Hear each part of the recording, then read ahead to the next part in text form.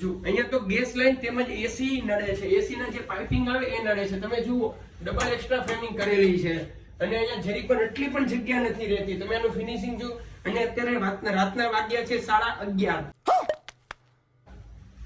જુઓ કેમ કે એક પણ જગ્યા નથી રહેતી. અને આની પણ તમારે જાળી ખોલવી છે. જુઓ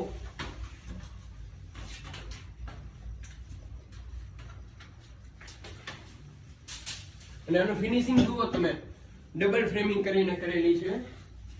અને આને પછી લગાડવી છે તો તમે આવી રીતે લગાવી શકો છો.